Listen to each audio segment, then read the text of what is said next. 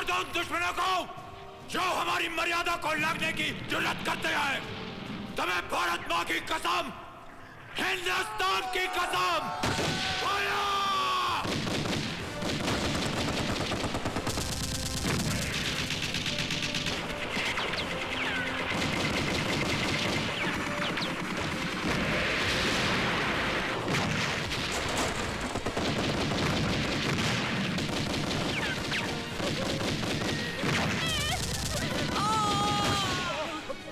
जवान, machine gun को man करो। Yes sir. कनन मरोत्तम। Yes sir. अपने बटालियन के साथ रियर अटैक प्लान करो। मेजर बराक। Yes sir. Follow me sir.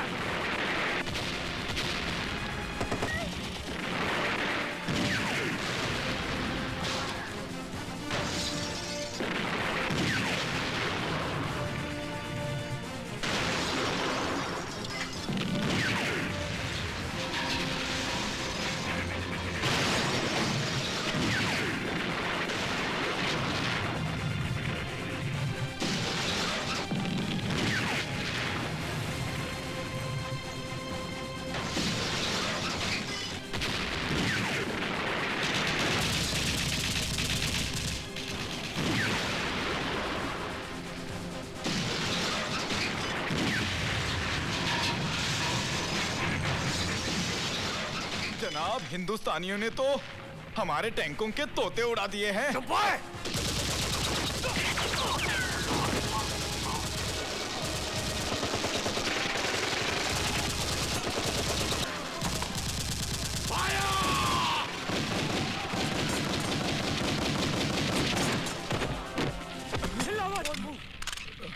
Major, sir, you've done it, man. Thank you, sir. जय हिंद। सिविलियंस को इनके गांव तक पहुंचा दो। चलो चलो जल्दी मारो चलो।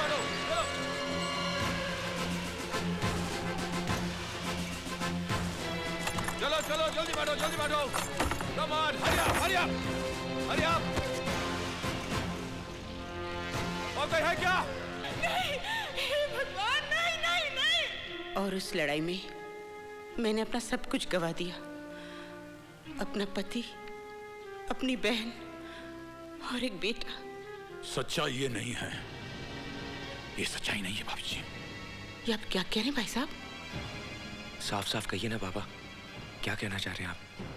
सन 71 की जंग का वो खौफनाक मंजर मुझे आज भी अच्छी तरह याद है।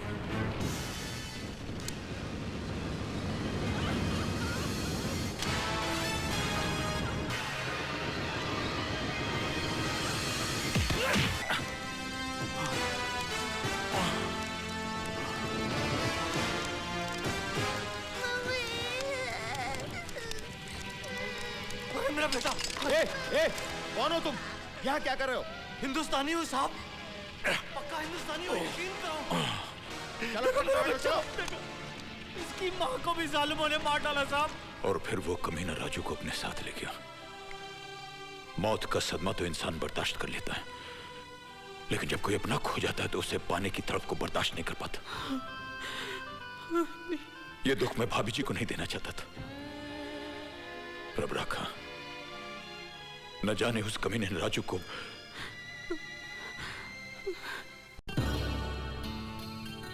इसका मतलब है बहन जी, आपने अपना दूसरा बेटा गंवाया नहीं है, वो जिंदा है।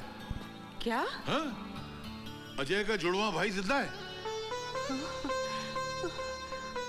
मेरा बेटा जिंदा है, मेरा राजू जिंदा है। हाँ बहन जी, दुनिया में ऐसी हजारों मिसालें मौजूद हैं कि ये सियामी बच्चे, यानी जो बच्चे जुड़वा पैदा होते हैं, उनकी शक्लें मिलती जुलती हैं, उनके बोल चाल मिलते जुलते हैं, उनके तौर तरीके मिलते जुलते हैं। भले उनके जिस्मों के बीच में हजारों मील का फासला हो, मगर उनके दिमाग के तार मिले हुए होते हैं। एक को चोट लगती है तो दूसरे को असर होता है, एक बीमार होता है तो दूसरा बीमार हो जाता है। यही तुम्हारे साथ भी हुआ है, लेकिन तुम्हारा केस बहुत एक्स्ट्रॉर्डिनरी है। तुम्हें मेरी बात पे यकीन नहीं हो रहा है ना? हाँ मेरे साथ आओ। ये देखो, ये पैरासाइकोलॉजी, ये पैरल साइंस, ये एस्ट्रल साइंस, इन तमाम किताबों में ऐसे हजारों जुड़वा भाइयों की मिसालें भरी पड़ी हैं। अजय, वो हादसे जो तुमने ख्वाबों में देखे थे, असल में तुम्हारे भाई ने किए हैं।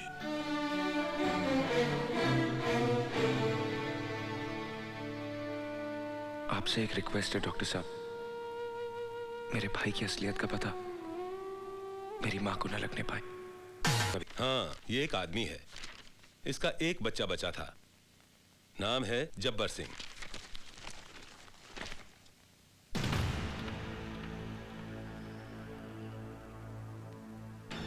सर ये फोटो हमें मिल सकती है? सॉरी, ये रिकॉर्ड के लिए है। इसकी फोटो तो ले सकते हैं? हाँ, श्योर।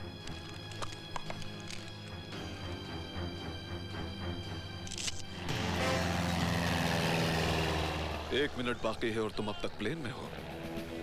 तौहीद और लेट? अभी 60 सेकंड बाकी हैं जनाब।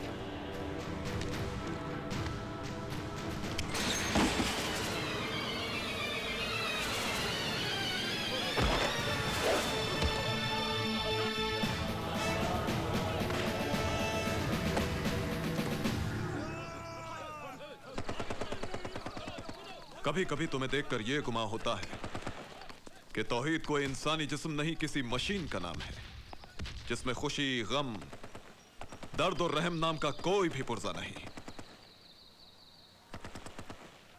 इसलिए मशीनें गद्दार नहीं होती जनाब। फरमाइए, किस मिशन के लिए याद किया? भारत के प्रधानमंत्री ने पाकिस्तान आकर दोस्ती का जो लड्डू हमारे वजीर आजम को खिलाया है, हम उसे उनके गले से उतरने नहीं देंगे। इसलिए अब तुम्हें हिंदुस्तान की सरजमीन पर पाकिस्तानी वजीर आजम का कत्ल करना है। पाकिस्तान में जश्न की तैयारियां हो रही हैं क्योंकि हमारे वजीर आजम साहब हिंदुस्तान के प्राइम मिनिस्टर की दावत पर भारत तशरीफ ले जा रहे हैं ताकि दोनों मुल्कों की नफरत को प्यार में बदला जाए, इंतकाम को भुलाकर इत्तेहाद पैदा किया जाए, प्यार और अमन की संग की बुनियाद रखी जाए। बकवास। उन्हें तो खप सवार है कि लोग उन्हें गांधी की तरह अमन के फरिश्ते की शक्ल में याद करें। उनके सर पर ताज और हम पर दुश्मनों का राज? बिल्कुल नहीं। उन्होंने हाथ काटा है, हम सर कलम कर देंगे। हमसे बांग्लादेश अलग हुआ है, हम कश्मीर लेके रहेंगे। इसी मकसद के लिए हमने 3 जंगें लड़ी थी। जंग जिसमें लाखों शहीद हुए, हजारों कुनबे तबाह हो गए। क्या तुम भुला सकते हो तौहीद कि सन 71 की जंग में हिंदुस्तानी फौजियों ने तुम्हारी मां के साथ क्या सलूक किया था? बोलो तौहीद, भुला सकते हो तुम? इन हिंदुस्तानी फौजियों ने तेरी मां को, इनसे तुम्हें बदला लेना होगा तौहीद।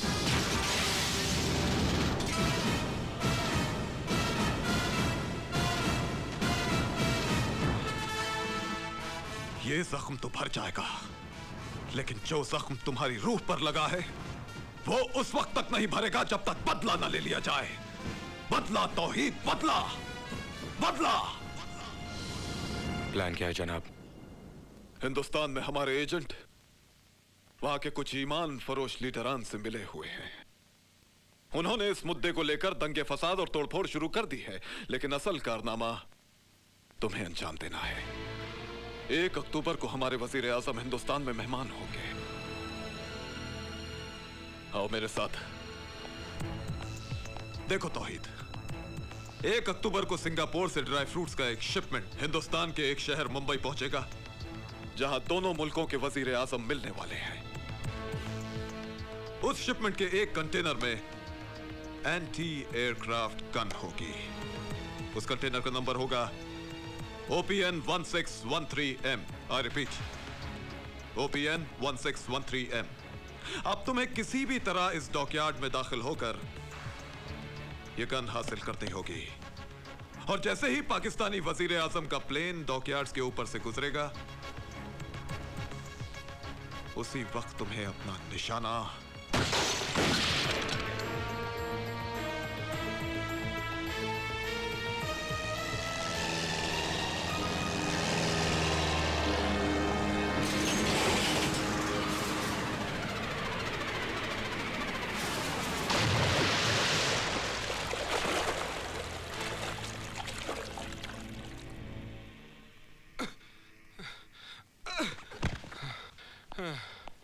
क्या हुआ मुसलमान? अरे यार तू मुसलमान मत बोला कर। क्यों, तू मुसलमान नहीं है? अरे मुसलमान का मतलब होता है मुसल्ले ईमान, ईमान पर टिके रहने वाला इंसान। यहाँ साला पैरों पर नहीं टिका जाता, ईमान पर क्या टिकूंगा। ले।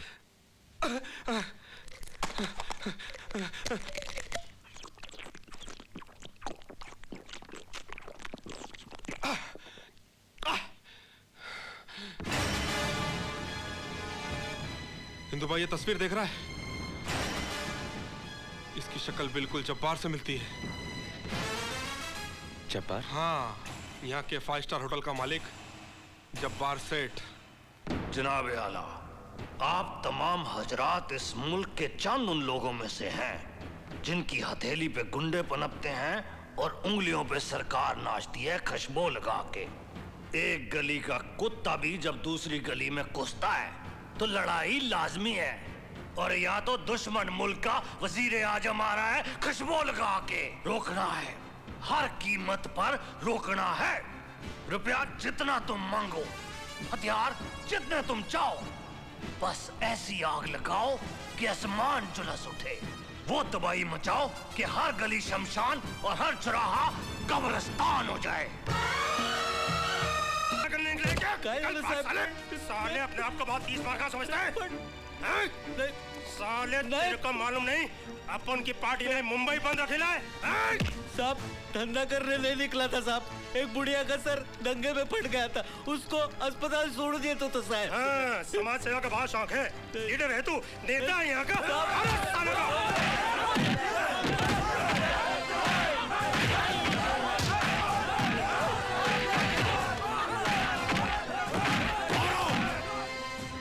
और मारो इसे। रख क्यों गए? कबीरा, टुकड़े टुकड़े कर दो इसके, पेट्रोल छिड़क कर आग लगा दो इसे। इस मुल्क में अच्छाई करने वालों के साथ यही होता रहा है, यही होगा। इस मिट्टी में अब बापू, सुभाष, जवाहर जन्म नहीं लेंगे, जन्म लेंगे मीर जाफर और जयचंद जैसे लोग। जुल्म और आतंक के ये अजगर कभी कश्मीर में फुफकारते हैं, तो कभी तमिलनाडु के जंगलों में रेंगते हैं, कभी आसाम को डसते हैं, तो कभी पंजाब को निगलने की कोशिश करते हैं।